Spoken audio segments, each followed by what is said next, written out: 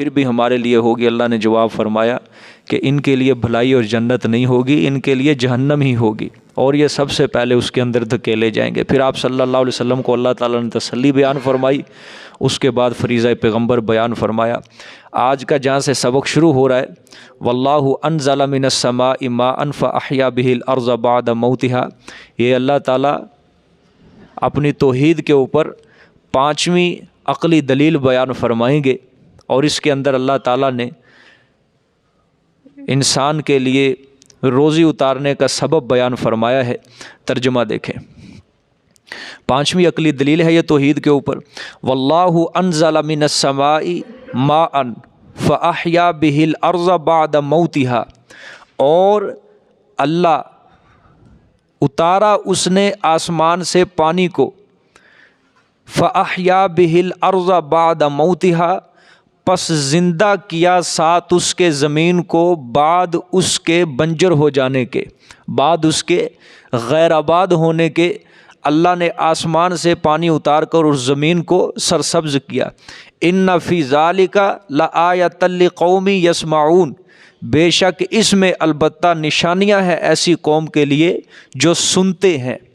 یہ پانچویں عقلی دلیل ہے، یہ کافی لمبی دلیل ہوگی، اور سب سے پہلے اللہ تعالیٰ نے انسان کی روزی کا سبب بیان فرمایا ہے کہ اللہ تعالیٰ نے آسمان سے پانی اتارا، یعنی کب اتارا؟ جب زمین مردہ تھی، اس کے مردہ ہو جانے کے بعد اللہ نے آسمان سے پانی برسا کر اس زمین کو کیا کر دیا؟ زندہ کر دیا، آباد کر دیا۔ زندہ کرنے کا مطلب یہ ہے کہ پانی برسا کر اس میں اللہ تعالیٰ نے قوت نمی پیدا فرمائی، قوت نمو پیدا فرمایا، اور اس سے کھیتی اور سبزے کو اللہ تعالیٰ نے اگایا۔ پھر آگے اللہ نے فرمایا ان فی ذالک لآیۃ لقوم یسمعون، بے شک اس میں البتہ دلیل ہے، نشانی ہے میری توحید کی ایسی قوم کے لیے جو سنتے ہیں۔ اللہ تعالیٰ کے فرمانے کا مطلب یہ ہے کہ ان لوگوں کے لیے یہ دلیل ہوگی، ان لوگوں کے لیے یہ قرآن نفع بنے گا جو قرآن کی آیتوں کو غور سے سمجھتے ہیں، غور سے سنتے ہیں، یعنی صرف کانوں ہی سے نہیں سنتے بلکہ وہ دل کے کانوں سے سنتے ہیں۔ اور میری آیات یہ ان کو نفع نہیں دیں گی جو صرف اپنے دماغ کے کانوں سے سنتے ہیں لیکن دل کے کانوں سے نہیں سنتے۔ اللہ نے فرمایا ایسی قوم کو میری یہ قرآن کی آیتیں نفع نہیں دیں گی۔ غرض یہ کہ جس بندے کے اندر ہدایت تلاش کرنے کا ایک جذبہ ہے، ہدایت تلاش کرنے کا اس کا پورا ارادہ ہے، وہ اس کی جستجو کے اندر لگا ہوا ہے، پھر وہ قرآن کو پڑھے گا، اس کو سمجھے گا، اس کے دل کے اندر قرآن اترے گا۔ لیکن جو بندہ ہے ہی ضدی ہے، جو بندہ رکھتا ہی بغض ہے توحید سے، جو بندہ رکھتا ہی اپنے دل کے اندر عناد ہے، ایسے بندے کے لیے یہ قرآن بالکل بھی نفع مند نہیں ہے۔ سمجھ آ گیا کہ نہیں؟ اللہ نے فرمایا اللہ نے آسمان سے اتارا ہے پانی کو، پھر ساتھ اس کے زندہ کیا ہے زمین کو اس کے غیر آباد ہونے کے بعد۔ ٹھیک ہے، آگے دیکھیں، وَإِنَّ لَكُمْ فِي الْأَنْعَامِ لَعِبْرَةً، اور بے شک البتہ واسطے تمہارے چوپایوں میں عبرت ہے۔ بے شک واسطے تمہارے چوپایوں میں البتہ کیا ہے؟ عبرت ہے۔ عبرت اس کو کہا جاتا ہے کہ ایک معلوم چیز سے نامعلوم چیز کو دریافت کرنا، ایک معلوم چیز سے نامعلوم چیز کو دریافت کرنا۔ مثال کے طور پہ بھینس کو ہم نے دیکھا ہے، ہم کو پتہ ہے اس کی ساخت کیسی ہے، اس کی جسامت کیسی ہے، لیکن کچھ اس کے اندر ایسی چیزیں ہیں جو ہمیں نامعلوم ہیں۔ اس بھینس کے اندر ہم غور و فکر کر کے کوئی نامعلوم چیز کو دریافت کر لیں، اس کو کہا جاتا ہے عبرت۔ اس کو کیا کہا جاتا ہے؟ عبرت۔ ٹھیک ہے، اچھا یہاں سے ایک اور پیچھے جو اللہ نے فرمایا نا کہ اللہ نے آسمان سے پانی کو اتارا اور اس کے بعد زمین کو زندہ کیا، ایک اور بھی مطلب نکلتا ہے کہ اللہ نے جب زمین کو بنا دیا تو انسان کی روزی روٹی کے لیے اللہ نے جو انتظام کیا ہے وہ آسمان سے ہی کیا ہے۔ دیکھو آسمان کا جو ایک قطرہ اترتا ہے نا، ایک قطرہ، جو بھی زمین کے اندر اگتا ہے، جو بھی چیز، جو بھی خوراک اگتی ہے وہ اسی ایک قطرے کا ہی سبب اگتی ہے۔ اور ظاہری بات ہے انسان کی زندگی کا دار و مدار کس کے اوپر ہے؟ کھانے پینے کے اوپر ہے، پینے کے اوپر ہے، ٹھیک ہے، خوراک کے اوپر ہے۔ تو جو چیز بھی گویا اللہ تعالیٰ نے پہلے، یعنی کہ یہ زمین مردہ تھی، غیر آباد تھی، یعنی اس کے اوپر آبادی نہیں تھی، اللہ نے آبادی کو لایا، اللہ نے آسمان سے پانی اتار کر اللہ تعالیٰ نے کیا کر دیا، اس زمین کو آباد کر دیا ہے، ٹھیک ہے۔ اب یہ جو اگلی بات اللہ نے فرمائی ہے کہ چوپایوں میں تمہارے لیے عبرت ہے، کیا ہے؟ عبرت ہے۔ یہ بھی اسی دلیل کا حصہ ہے، چوتھی دلیل کا۔ اللہ اکبر۔ اچھا عبرت کیا ہے؟ اللہ نے آگے بیان فرمایا، بیان عبرت، نسقیکم مما فی بطونہ من بین فرث ودم۔ ترجمہ دیکھیں، ہم پلاتے ہیں تم کو، ٹھیک ہے، ہم پلاتے ہیں، جانوروں کا کوئی کمال نہیں، اللہ اکبر، بکری کا کوئی کمال نہیں ہے بھائی، بھینس کا کوئی کمال نہیں ہے، اونٹنی کا کوئی کمال نہیں، ڈاچی کا کوئی کمال نہیں ہے، ہم پلاتے ہیں تم کو مما فی بطونہ، کچھ اس سے جو اس کے پیٹوں کے اندر ہے، جو ان جانوروں کے پیٹوں کے اندر ہے، من بین فرث ودم، درمیان گوبر اور خون سے کیا پلاتے ہیں؟ لبنن خالصا، کیا پلاتے ہیں؟ خالص دودھ پلاتے ہیں۔ صرف دودھ نہیں، اللہ نے فرمایا لبنن کا لفظ ہی نہیں ہے بلکہ خالصاً بھی ساتھ فرمایا، مستقل اللہ تعالیٰ احسان جتلا رہے ہیں اس آیت کے اندر کہ ہم نے ملاوٹ والی چیز تم کو نہیں دی، بلکہ کون سی چیز عطا کی ہے؟ ایک خالص چیز تم کو عطا کی ہے، اور وہ خالص چیز کوئی یوں ہی نہیں ہے بلکہ سائغ للشاربین، وہ خوشگوار ہے پینے والوں کے لیے۔ کیا ہے؟ خوشگوار ہے پینے والوں کے لیے۔ اللہ نے فرمایا عبرت، سبق، یعنی ہم ان چوپایوں کے پیٹ میں سے تمہارے لیے ایک عمدہ غذا تیار کرتے ہیں، خالص غذا تیار کرتے ہیں۔ اور سب کو معلوم ہے کہ جانوروں کے پیٹوں میں سوائے گوبر اور خون کے ہے کیا؟ جانوروں کے پیٹوں میں سوائے گوبر اور خون کے ہے کیا؟ اللہ نے فرمایا یہ میری قدرت کی بہت بڑی دلیل ہے، یہ میری قدرت کا بہت بڑا شاہکار ہے، نمونہ ہے کہ ہم نے گوبر اور خون کے اندر سے تمہارے لیے ہم نے خالص دودھ کا انتظام کیا ہے، ہم نے خالص دودھ کا انتظام کیا، اور جو پینے والوں کے لیے کیا ہے؟ خوشگوار ہے۔ بایمانہ کے باوجود یہ کہ دودھ، گوبر اور خون کی آمیزش سے ہم نے پاک کیا، یعنی گوبر کا ایک تنکا بھی ہم نے دودھ کے اندر داخل نہیں ہونے دیا، خون کا ایک قطرہ بھی ہم نے دودھ کے اندر داخل نہیں ہونے دیا، مگر وہ دودھ پھر بھی کیا رنگ رکھتا ہے؟ سفید رنگ رکھتا ہے، اور خالص سفید رنگ رکھتا ہے۔ ہم نے دودھ کو گوبر اور خون کی آمیزش سے پاک کیا ہے، اس کی بو کے اندر، اس کے مزے کے اندر ذرہ برابر بھی خون کا تمہیں ذائقہ نہیں آئے گا، گوبر کا تمہیں ذائقہ نہیں آئے گا، بلکہ اللہ تعالیٰ نے ایک خالص تمہارے لیے دودھ کو تمہارے برتنوں کے اندر ڈالا ہے، جس سے اس کی کمال قدرت کا ظہور ہوتا ہے۔ پھر اللہ نے فرمایا سائغ للشاربین، پینوں والوں کے لیے بھی کیا ہے؟ خوشگوار ہے۔ کہ غور تو کرو کہ ہم نے خون اور گوبر میں سے جدا کر کے ہم نے دودھ خالص تمہارے لیے رکھا ہے، اور دودھ بآسانی تمہارے حلق کے اندر اتر بھی جاتا ہے، اور یہ لذیذ بھی ہوتا ہے، خوشگوار بھی ہوتا ہے، اور یہ خوب ہضم بھی ہوتا ہے، اور دودھ مکمل ایک غذائیت ہے، یاد رکھنا، دودھ ایک مکمل غذا ہے، غذا یاد رکھنا مکمل غذا ہے، ٹھیک ہے۔ دودھ کو کھایا بھی جاتا ہے، دودھ کو پیا بھی جاتا ہے، کیا ہے؟ دودھ کو کھایا بھی جاتا ہے، دودھ کو پیا بھی جاتا ہے، یہ ایک مکمل غذا کے طور پہ یہ انسان کے افادیت کے کام دیتا ہے۔ بات سمجھ میں آئی ہے؟ اگر آپ کو اس طرح یہ میری بات نہیں نہ سمجھ آئی، اس کو میں دوسرے انداز سے اب سمجھانے لگا ہوں، اور یہ انداز میرے پیغمبر صلی اللہ علیہ وسلم کے چچا زاد بھائی حضرت عبداللہ ابن عباس نے سمجھایا ہے اسی آیت کے تحت۔ حضرت عبداللہ ابن عباس رضی اللہ تعالیٰ عنہ فرماتے ہیں کہ اللہ فرمانا چاہتے ہیں اے انسان، اپنے گھر کے سامنے بندھی ہوئی بھینس کو دیکھ، اپنے گھر کے سامنے بندھی ہوئی بکری کو دیکھ، اپنے گھر کے سامنے بندھی ہوئی اونٹنی کو دیکھ، تیرے لیے اس کے اندر عبرت ہے کہ جب تو صبح اور شام کو چارہ ڈالتا ہے جانور کے سامنے، وہ جانور اس چارے کو کھاتا ہے، وہ چارہ اس کے معدے میں پہنچتا ہے، چارہ اس کے میدے میں پہنچتا ہے۔ اللہ نے میدے کے اندر ایک ایسی مشینری کو فٹ کیا کہ میدے نے چارے کے اوپر کام کرنا شروع کیا۔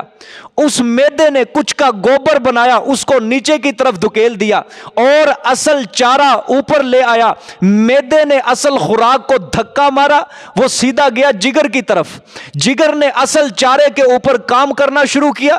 جگر نے کچھ کا خون بنایا، اس کو دل کی طرف سپلائی کر دیا، اور کچھ کا اس نے دودھ بنایا، اس کو تھنوں کی طرف سپلائی کر دیا، اس کو تھنوں کی طرف سپلائی کر دیا۔ نسقیکم مما فی بطونہ، ہم پلاتے ہیں تمہیں کچھ اس سے ان کے پیٹوں سے۔ آگے فرمایا من بین فرث و دم، فرث کا مطلب گوبر، دم کا مطلب خون ہے، سمجھ آئی ہے؟ یعنی جب جگر نے اصل چارے کے اوپر کام کرنا شروع کیا، کچھ کا اس نے خون بنایا، وہ کر دیا دل کی طرف، اور کچھ کا اس نے دودھ بنایا، وہ کر دیا اس نے تھنوں کی طرف سپلائی۔ اللہ فرمانا چاہتے ہیں دیکھا انسان دو پلیدیوں کی درمیان میں سے، گوبر اور خون کے درمیان میں سے ہم نے تیرے برتن کے اندر ڈالا ہے لبنن خالصا، خالص دودھ ڈالا ہے، خالص دودھ ڈالا ہے۔ ہم نے گوبر کے تنکے کو دودھ کے اندر شامل نہیں ہونے دیا، ہم نے خون کے قطرے کو دودھ کے اندر شامل نہیں ہونے دیا۔ اگر یہ خون کا قطرہ یا گوبر کا تنکا تیرے دودھ میں شامل ہو جاتا تو تیری طبیعت اسے ناگوار سمجھتی، تیری طبیعت اس کو قبول نہ کرتی، لیکن ہم نے تیری طبیعت کا لحاظ رکھتے ہوئے، ہم نے تیری طبیعت کا لحاظ رکھتے ہوئے ہم نے خالص دودھ تجھے دیا ہے۔ اے انسان، اے انسان، جس طرح ہم نے تجھے خالص دودھ دیا ہے، تو بھی ہماری اسی طرح خالص عبادت کیا کر، میری عبادت کے اندر غیروں کو شریک نہ کیا کر۔ یہ اللہ سمجھانا چاہتے ہیں، سمجھے؟ وگرنہ لبنن خالصا، اللہ فرما دیتے لبنن، بس کہ ہم نے دودھ دیا ہے تمہیں۔ مستقل اللہ نے احسان جتلایا، لبنن خالصا، خالص دودھ ہم نے تمہارے برتن کے اندر ڈالا، کہ جس طرح تو چاہتا ہے نا کہ میرے برتن کے اندر خالص دودھ پڑے، اسی طرح میں بھی چاہتا ہوں کہ انسان جب بھی میری عبادت کرے تو خالص صرف میری ہی بندگی کرے، میری ہی پکار کرے، صرف مجھ ہی کو مشکل کشا، مجھ ہی کو حاجت روا مانے، مجھ سے ہی اولاد مانگے، مجھے ہی غائبانہ حاجات اور مشکلات کے اندر پکارے اور کسی کو بھی نہ پکارے۔ سمجھ آئی ہے؟ اللہ اکبر۔ پھر اللہ نے فرمایا سائغ للشاربین، وہ پینے والوں کے لیے خوشگوار ہے۔ آج کل کے کچھ ڈاکٹر کہتے ہیں کہ رات کو دودھ نہیں پینا چاہیے، رات کو یعنی شام کے وقت سونے سے پہلے تو یہ واقعتاً نقصان دیا، لیکن شام کے وقت وہ بتاتے ہیں دودھ نہیں پینا چاہیے، اس کو نقصان ہے، یہ دودھ کو صبح کے وقت پینا چاہیے۔ اللہ نے فرمایا پینے والوں کے لیے خوشگوار ہے۔ آپ کو پتہ ہے جانور کتنے وقت دودھ دیتا ہے؟ صبح کے وقت بھی دیتا ہے اور شام کے وقت بھی دیتا ہے۔ جب صبح کے وقت دے گا تب بھی وہ بنے گا سائغ للشاربین، شام کے وقت دودھ دے گا تب بھی وہ بنے گا سائغ للشاربین۔ دودھ صبح کو پیو، شام کو پیو، دونوں وقت میں کیا ہے وہ پینے والوں کے لیے خوشگوار ہے، یاد رکھ۔ اور اسی لیے میرے پیغمبر صلی اللہ علیہ وسلم، دودھ ایک مکمل ایک نعمت ہے، اللہ کی بہت بڑی نعمت ہے اللہ تعالیٰ کی طرف سے۔ آپ صلی اللہ علیہ وسلم دعا مانگا کرتے تھے جب دودھ پیتے تھے، اور اپنی امت کو فرمایا جب بھی تم دودھ پیو یہ دعا مانگا کرو، اللہم بارک لنا فیہ وزدنا منہ، اے اللہ مجھے اس کے اندر برکت دے، وزدنا منہ، یا اللہ اس نعمت کو میرے لیے اور بڑھا دے، اور بڑھا دے۔ کیسی جامع معنی دعا ہے، ایک دودھ جیسی نعمت کے لیے یہ دعا ہر کوئی یاد کرو، جب بھی دودھ پیو اس دعا کو پڑھا کرو، اللہم بارک لنا فیہ، اے اللہ میرے لیے برکت نازل فرما دے اس نعمت کے، وزدنا منہ، اور میرے لیے اور بڑھا دے اس نعمت سے، اور بڑھا دے میرے لیے اس نعمت سے۔ سمجھ آئی ہے؟ جب بھی دودھ پینا ہے تو اللہ کا شکر ادا کرنا ہے، اور بطور شکرانے کے یہ دعا بھی پڑھنی ہے۔ بات سمجھ میں آ گیا؟ اور یہ جو دودھ بنا ہے نا، یہ جو دودھ بنا ہے اس کا تعلق بھی آسمان سے ہے، اس کا تعلق بھی کس سے ہے؟ آسمان۔ دیکھو جانور چارہ جو کھاتا ہے وہ چارہ کس سے بنتا ہے؟ زمین سے، اور زمین سے جو چارہ اگتا ہے وہ کس طرح اگتا ہے؟ آسمان سے اللہ بارش اتارتا ہے تو پھر ہی وہ چارہ اگتا ہے۔ گویا ہر چیز جو اللہ تعالیٰ یہ احسان جتلا رہے ہیں کہ ہم نے آسمان سے روزی نازل کی، آسمان سے روزی نازل کی، گویا ہر چیز کے اندر وہ سبب اور دار و مدار ہی صرف ایک بارش کا قطرہ ہے۔ اللہ اس بارش کو بند کر دے تو زمین کا نظام ہی سارا درم برم ہو جائے۔ قحط سالی ہے نا، قحط سالی عذاب ہے نا اللہ کی طرف سے، سمجھ آئیے؟ اللہ کی طرف سے ایک بہت بڑا عذاب ہے یہ قحط سالی۔ اور آپ کو پتہ ہے جب قحط سالی برستی ہے تو کیا حال ہو جاتا ہے عوام کا، ٹھیک ہے، اللہ اکبر۔ اللہ نے فرمایا سائغ للشاربین، وہ پینے والوں کے لیے ہے، وہ ایک نعمت ہے، ایک خوشگوار ہے پینے والوں کے لیے۔ آگے فرمایا وَمِن ثَمَرَاتِ النَّخِيلِ وَالْأَعْنَابِ تَتَّخِذُونَ مِنْهُ سَكَرًا وَرِزْقًا حَسَنًا، اور پھلوں، کھجوروں اور انگوروں سے، پھل کھجور اور انگوروں سے، تتخذون منہ سکرا، بناتے ہو تم اس سے، سکرن، نشہ، کیا بناتے ہو؟ نشہ، مطلب شراب، ورزقن حسنا، اور رزق اچھا، ٹھیک ہے۔ کھجور اور انگور سے شراب بھی بنتی ہے، کھجور اور انگور کو اچھے کام کے لیے بھی استعمال کیا جاتا ہے، سمجھ آئی ہے؟ شراب بھی بناتے ہیں، کھجور کی بھی شراب بنتی ہے، انگور کی بھی شراب بنتی ہے، ٹھیک ہے۔ لیکن اللہ نے آگے فرمایا ورزقن حسنا، اور اچھی روزی بھی تم بناتے ہو، اچھا، یعنی کھجور سے یا انگور سے سرکہ بھی بن سکتا ہے، شربت بھی بن سکتا ہے، نبیذ بھی بن سکتی ہے، خرمائے خشک بھی بن سکتا ہے، ہر چیز بن سکتی ہے، یہ اچھی روزی مراد ہے، ٹھیک ہے۔ ان فی ذلک لآیۃ لقوم یعقلون، بے شک اس میں البتہ نشانیاں ہیں ایسی قوم کے لیے جو عقل رکھتی ہے، جو کیا رکھتی ہے؟ عقل رکھتی ہے۔ یہاں پہ ایک بڑا زبردست اشکال ہے، دیکھو اللہ نے فرمایا ہے کھجور اور انگور سے، یہ ان پھلوں سے تم کیا بناتے ہو؟ شراب بناتے ہو، نشہ بناتے ہو، ٹھیک ہے۔ اللہ پاک نے فرمایا تم نشہ بناتے ہو، بھئی نشہ حرام ہے، نشہ کیا ہے؟ حرام ہے، اور اللہ ایک حرام چیز کا احسان جتلا رہے ہیں، حالانکہ احسان تو اللہ تعالیٰ کو حلال چیز کا جتلانا چاہیے، لیکن اللہ احسان جتلا رہے ہیں کس کا؟ حرام چیز کا۔ دیکھو بھئی تم کھجوروں اور انگوروں سے کیا بناتے ہو؟ نشہ بناتے ہو، شراب بناتے ہو۔ اس کے 3 جواب ہیں۔ پہلا جواب اس کا یہ ہے، جو معقول جواب ہے، پہلا جواب اس کا یہ ہے کہ یہ آیت شراب کی حرمت سے پہلے اتری ہے۔ شراب کس زندگی میں جا کے حرام ہوئی ہے؟ مدینہ منورہ کے اندر جا کے حرام ہوئی ہے، اور یہ صورت، یہ آیت کون سی ہے؟ مکی صورت ہے۔ مکہ مکرمہ کے اندر شراب حلال تھی، اس لیے اللہ تعالیٰ نے یہ احسان جتلایا کہ دیکھو تم شراب بناتے ہو، اس وقت شراب کیا تھی؟ حلال تھی۔ دوسرا جواب اس کا یہ ہے کہ اللہ تعالیٰ نے اپنی قدرت کو بیان فرمایا ہے اس میں، یہ اللہ تعالیٰ نے اپنی قدرت کو بیان فرمایا ہے۔ اللہ فرمانا یہ چاہتے ہیں کہ ایک چیز ہے کھجور، ایک چیز ہے، دیکھو ایک ہی چیز سے ایک حلال چیز بھی بن رہی ہے اور ایک حرام چیز بھی بن رہی ہے۔ ایک ہی چیز سے تم شراب بھی بنا رہے ہو اور ایک ہی چیز سے تم شربت بھی بنا رہے ہو، دونوں چیزیں بن رہی ہے، حلال بھی بن رہا ہے، حرام بھی بن رہا ہے، یہ اللہ تعالیٰ نے اپنی قدرت کو بیان فرمایا ہے۔ تیسرا جواب اس کا یہ ہے کہ اللہ تعالیٰ نے یہ بطور عتاب یعنی زجر فرمایا ہے کہ اللہ پاک فرما رہے ہیں کہ دیکھ میں نے تیرے لیے کھجور پیدا کی ہے اور انگور پیدا کی ہے، لیکن ظالم تو اس سے شراب بنانے لگ گیا ہے، تو اس سے ایک نشہ بنانے لگ گیا، یہ بطور عتاب اللہ نے فرمایا ہے۔ اور اس آیت کے اندر دیکھو، غور سے دیکھو، شراب کی حرمت کی طرف بھی اللہ تعالیٰ نے تھوڑا سا اشارہ کیا ہے، غور کرو اس آیت کے اندر، سَکَرًا وَرِزْقًا حَسَنًا، شراب کی حرمت کی طرف اللہ نے مستقل، اللہ تعالیٰ نے اشارہ کیا ہے۔ دیکھو سَکَرًا کو اللہ نے صرف مفرد ذکر کیا، سَکَرًا فرما دیا، لیکن جب رِزْقًا حَسَنًا اس کے مقابلے کے اندر اللہ تعالیٰ سَکَرًا کا لفظ لے کے آئے ہیں، ٹھیک ہے، کہ جس سے معلوم ہوتا ہے اللہ تعالیٰ کے نزدیک بھی شراب ایک اچھی روزی نہیں ہے، اللہ کے نزدیک شراب ایک اچھی روزی نہیں ہے، لیکن اللہ تعالیٰ نے اس امت کے اوپر فضل فرمایا ہے کہ ان کی عقلوں کی حفاظت اللہ تعالیٰ نے فرما دی ہے، اور شراب کو اللہ تعالیٰ نے حرام فرما دیا ہے، کیونکہ شراب جو ہے یہ عقل کے اوپر غالب آ جاتی ہے نا، ٹھیک ہے، عقل کو خراب کر دیتی ہے، انسان کو ختم کر دیتی ہے۔ آپ صلی اللہ علیہ وسلم نے فرمایا شراب ہر برائی کی جڑ ہے، شراب کا جو ایک گھونٹ پی لے 40 دن تک اس کی نماز قبول نہیں ہوتی ہے، سمجھ آئی ہے؟ یہاں سے بھی معلوم ہوتا ہے اللہ تعالیٰ نے یہ شراب کی حرمت کی طرف اشارہ کیا ہے۔ ان فی ذلک لآیۃ لقوم یعقلون، بے شک اس میں البتہ نشانی ہے، دلیل ہے میری توحید کی، لقوم یعقلون، ایسی قوم کے لیے جو عقل سلیم رکھتی ہے، جو غور و فکر کرتے ہیں، جو عقل سے میرے کلام کو سنتے ہیں، ٹھیک ہے۔ آگے سبحان اللہ۔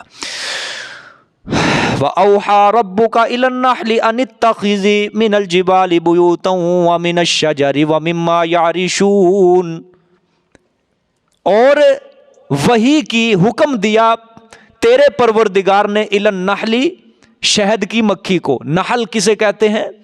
شہد کی مکھی کو. اور حکم کیا پروردگار تیرے نے طرف شہد کی مکھی کو, ان اتخذ من الجبال بیوتا, یہ کہ بنا تو پہاڑوں سے گھر, یہ کہ بنا تو پہاڑوں میں گھر, وَمِنَ الشَّجَرِ, اور درختوں سے, وَمِمَّا يَعْرِشُونَ, اور کچھ اس سے جو چھتریوں پر ڈالتے ہیں, جو چھتریوں پر ڈالتے ہیں. یہ میں بعد میں کروں گا, پہلے آیت کا ترجمہ دیکھ لو پھر میں یہ پوری آیت سمجھاتا ہوں. ثُمَّ كُلِي مِن كُلِّ الثَّمَرَاتِ, پھر کھا تو ہر طرح کے پھلوں سے, یعنی کھانے سے مراد چوس تو, ٹھیک ہے. فَاسْلُكِي سُبُلَ رَبِّكَ, پھر چل تو چھتا کی طرف, فَاسْلُكِي, پھر چل تو چھتے کی طرف, سُبُلَ رَبِّكَ, طرف راستے اپنے پروردگار کے, ذُلُلَا, جو تابع کیے ہوئے ہیں, جو کیا ہے؟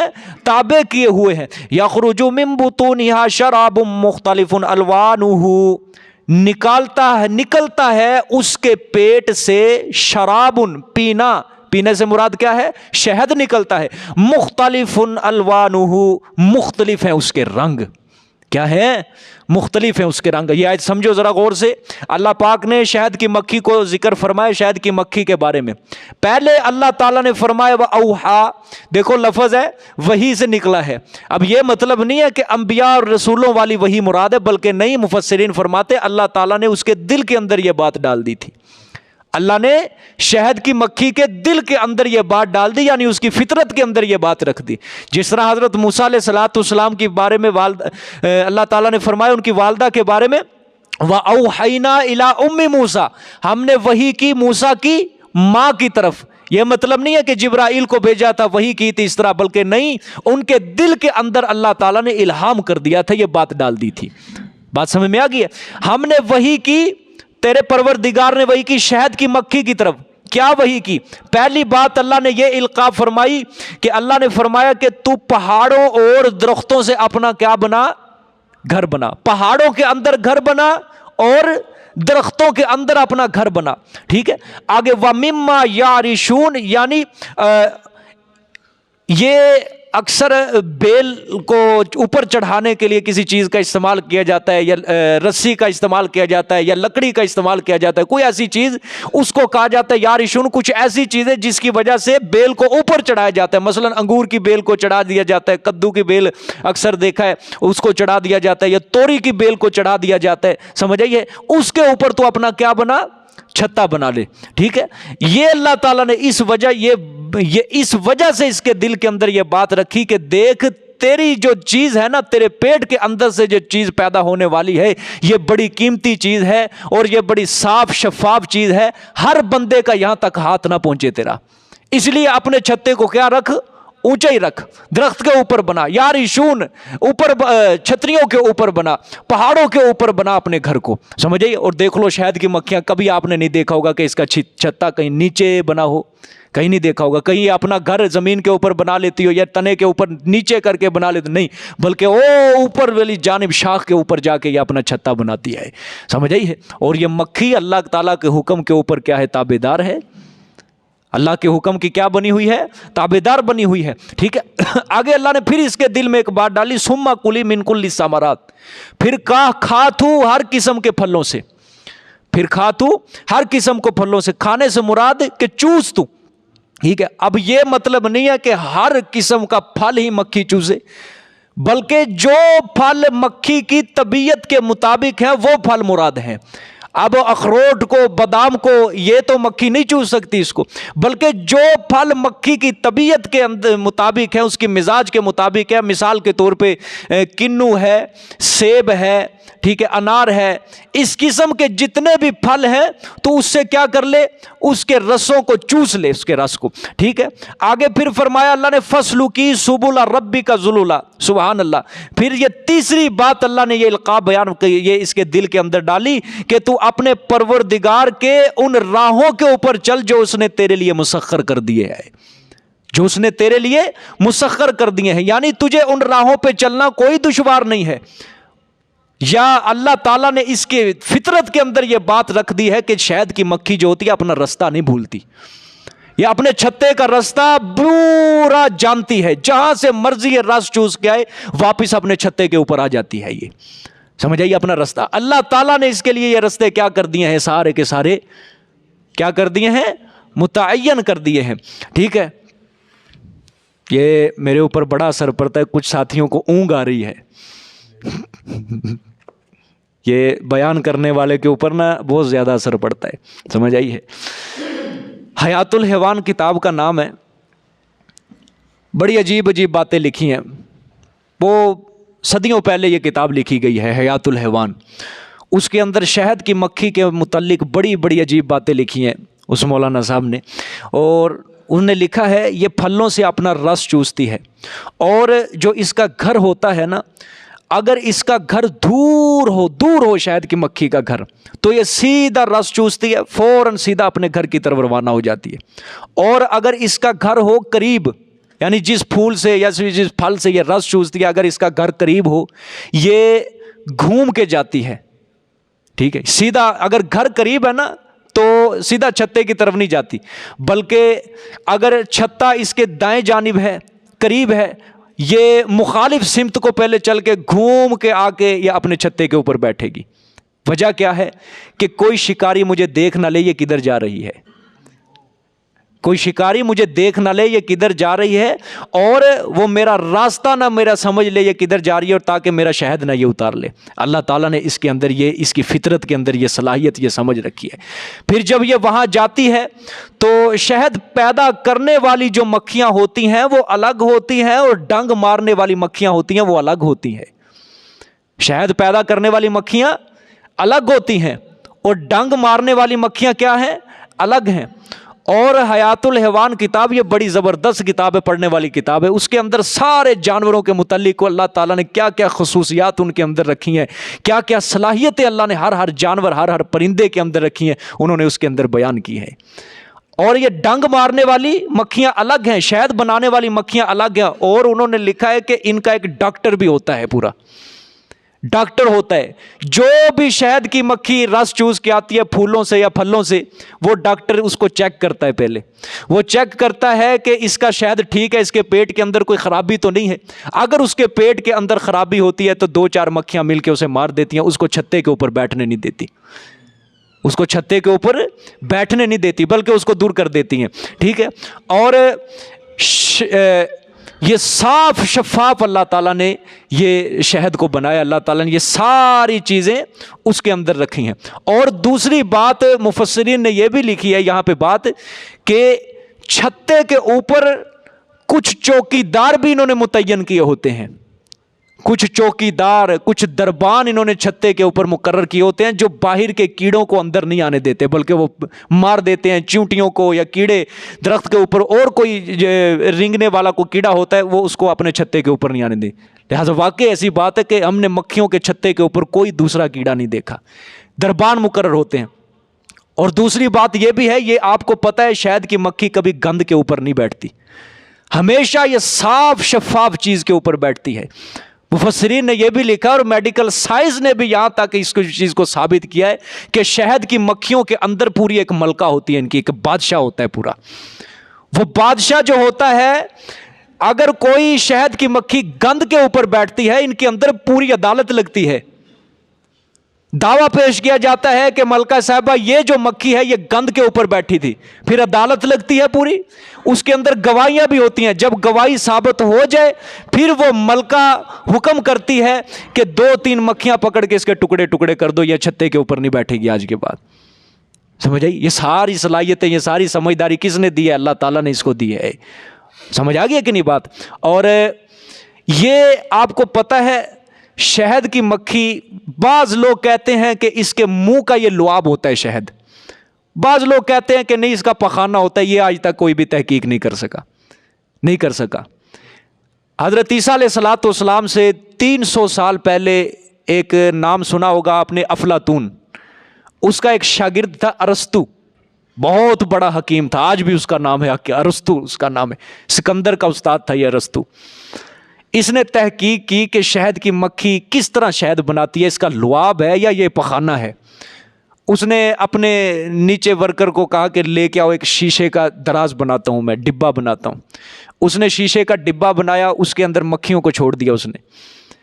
اب مکھیوں نے کیا کیا؟ مکھیوں نے پہلے چھتا نہیں بنا اپنا، سب سے پہلے مکھیوں نے وہ جو شیشہ تھا اس کے اوپر سارا اپنا لعاب لگا دیا تاکہ نظر ہی نہ آئے کسی کو ہم شہد کس طرح بناتی ہے، نظر ہی نہ آئے کسی کو۔ شیشے کو سارا کیا کر دیا؟ سارا لیپ کر دیا اپنے شہد کے ذریعے تاکہ باہر سے کسی کو بھی نظر نہ آئے۔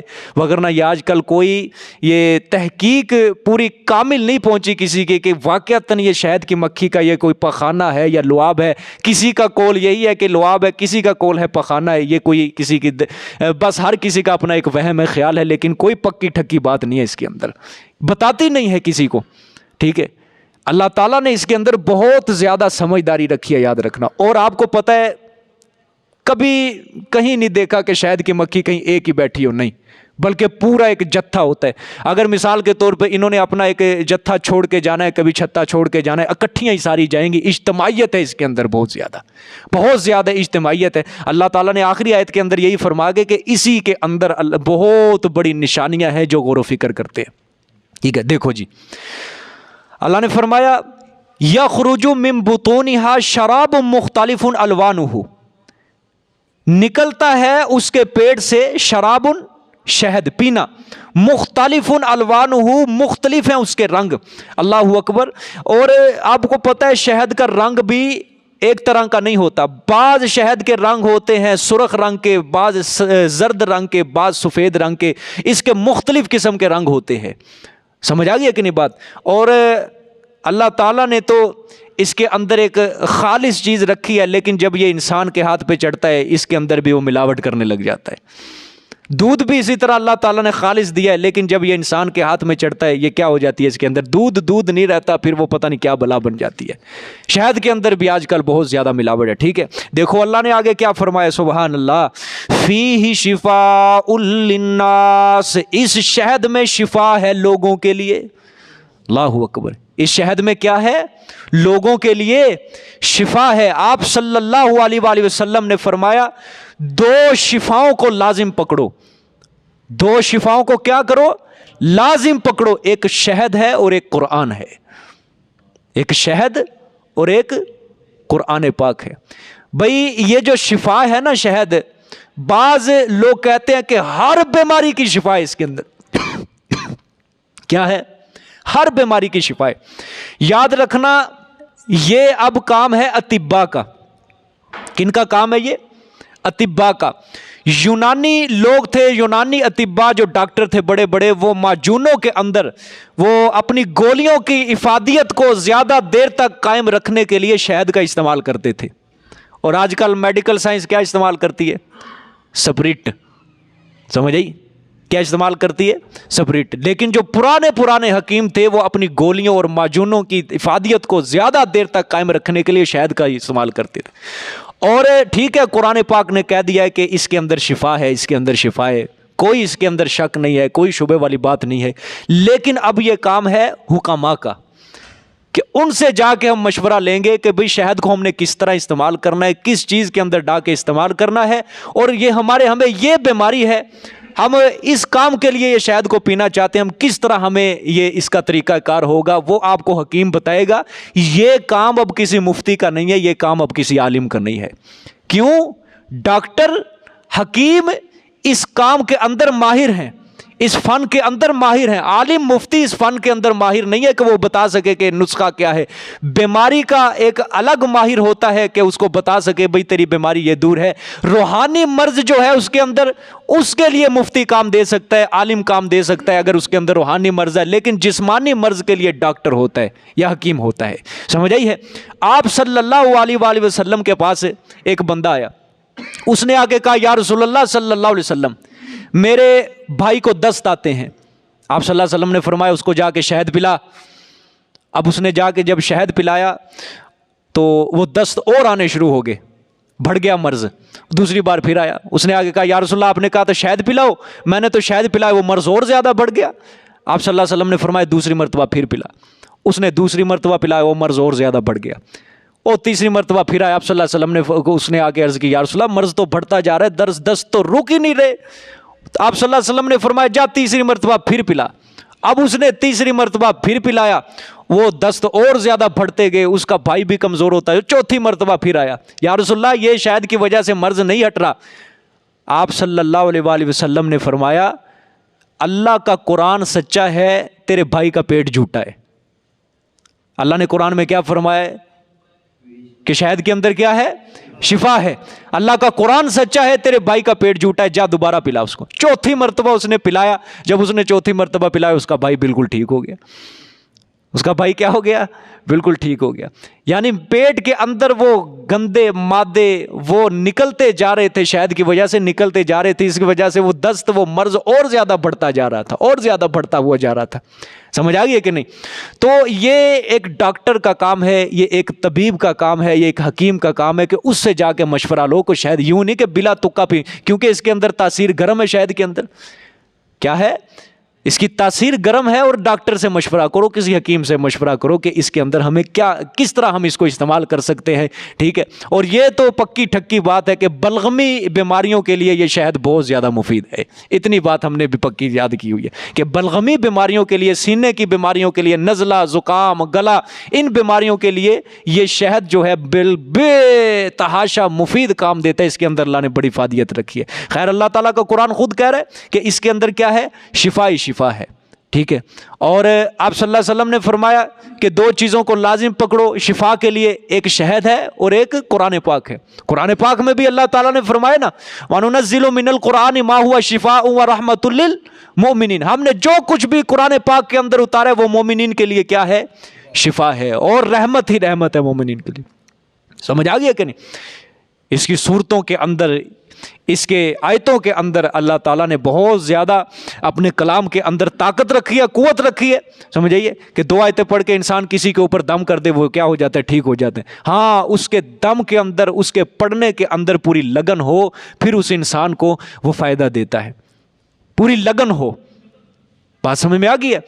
اس کے اندر پوری محبت ہو کہ میرا کام ہے قرآن پاک پڑھ کے اس کے اوپر دم کر دینا، اللہ تعالیٰ اس کو شفا دے، پیسہ کمانا اس کا کوئی مقصود نہ ہو، یاد رکھنا۔ بعض لوگ اعتراض کرتے ہیں نا، لو بھی ہم نے سورۃ فاتحہ پڑھتے جا رہے ہیں لیکن کوئی بھی اثر نہیں ہو رہا۔ سب سے پہلی بات یہ اس کا اپنا ایمان نہیں اندر کا، ٹھیک ہے؟ اور دوسری بات یہ ہے کہ اس کا دل نہیں ہے، اس کے اندر لگن نہیں ہے وہ پڑھنے کی، کہ جس کی وجہ سے وہ مریض تندرست نہیں ہو رہا، ٹھیک ہے؟ وگرنہ ہمارے والد محترم یہ بھی دم کرتے ہیں، اور یقین کرو جس کو بھی دم کرتے ہیں اللہ تعالیٰ اس کو شفا دے دیتے ہیں۔ بڑی بڑی بیماریوں والے دم کیا، اللہ تعالیٰ نے شفا سے سرفراز کر دیا، ٹھیک ہے؟ دل سے پڑھے انسان، لگن سے پڑھے، پھر انسان کو کیا ملتی ہے؟ شفا ملتی ہے۔ وگرنہ اس کلام کے اندر اللہ نے بڑی طاقت رکھی ہے، بڑی قوت رکھی ہے، ٹھیک ہے کہ نہیں؟ اللہ اکبر۔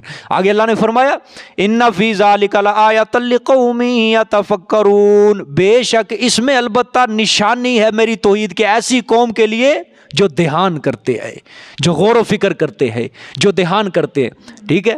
ہاں، دنیا کی فیکٹریوں کے اندر تمہیں چینی ملے گی ملاوٹ والی، بیماریوں والی، یہ اللہ نے انسان کے لیے ایسی فیکٹری لگا دی ہے کہ اس کے اندر خالص چینی اللہ تعالیٰ نے انسان کے لیے تیار کی ہے۔ اس کے اندر کوئی دو نمبری، ہاں انسان کے ہفتے چڑھ جائے وہ دو نمبری کرتا ہے، لیکن اللہ تعالیٰ انسان کے ساتھ دو نمبری نہیں کرتے ہیں، یاد رکھنا، ٹھیک ہے؟ آگے دیکھو واللہ خلقکم ثم یتوفاکم ومنکم من یرد الی ارذل العمر لکی لا یعلم بعد علم شیئا۔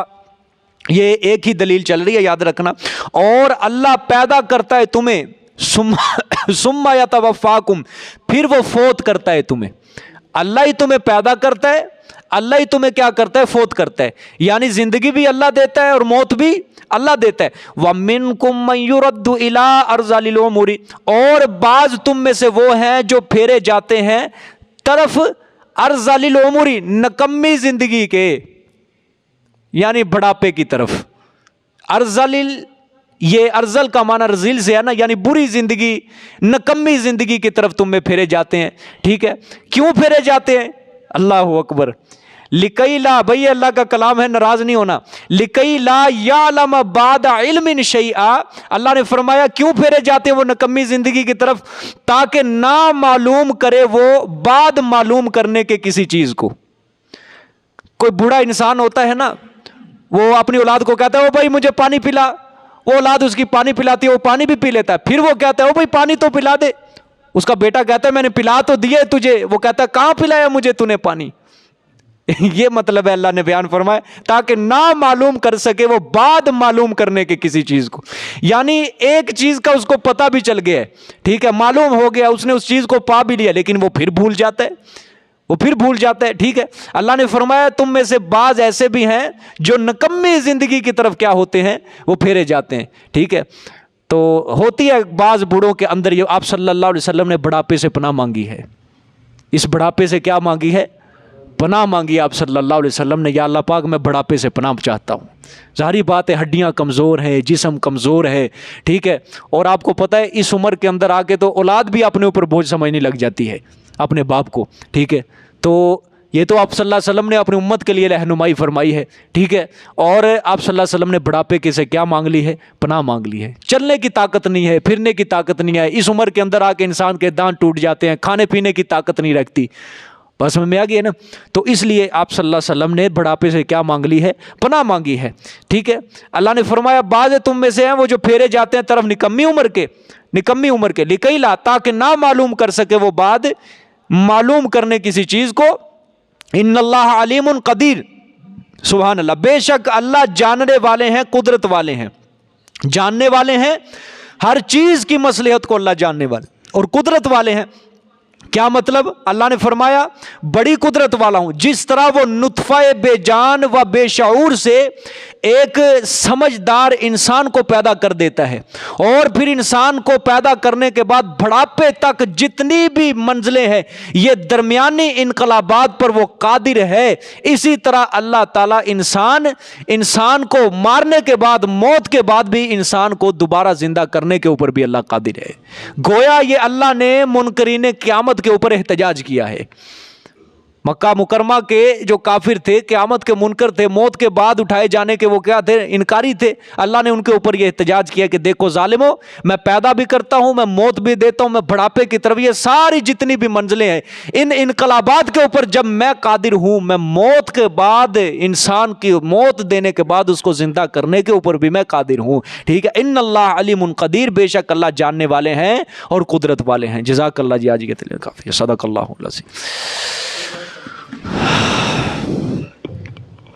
اللہ قبول کرے.